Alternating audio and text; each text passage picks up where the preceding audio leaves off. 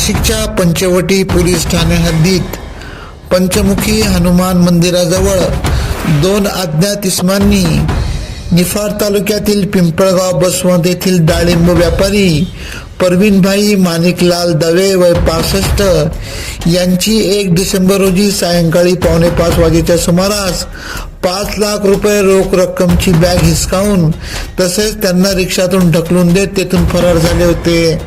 याबाबत पंचवटी पोलीस ठाण्यात गुन्हा दाखल करण्यात आला होता। त्याचा तपास गुन्हे शोध पथकाचे पोलीस अंमलदार करीत असताना सीसीटीव्ही फुटेज, तांत्रिक कौशल्य, गोपनीय माहितीवरून रिक्षा क्रमांक MH15 FQ 180 प्राप्त करत रिक्षा चालक गौरव जालिंदर केलकर वय 23 यास प्रथम ताब्यात घेतले। त्याला पोलिसी पाहुणचार केला असता त्याने किशोर बाबूराव वाकोडे व एक साथीदार सह लुटमार केल्याची कबुली दिली। त्याच्या ताब्यातून 4.5 लाख रुपये रोख व रिक्षा हस्तगत करण्यात आली।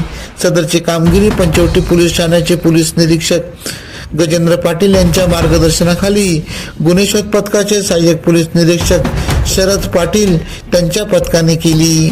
AKP न्यूज साठी ब्युरो चीफ अनवर खान पठान, नासिक। अब हर वारदात पर रहेंगी हमारी नजर।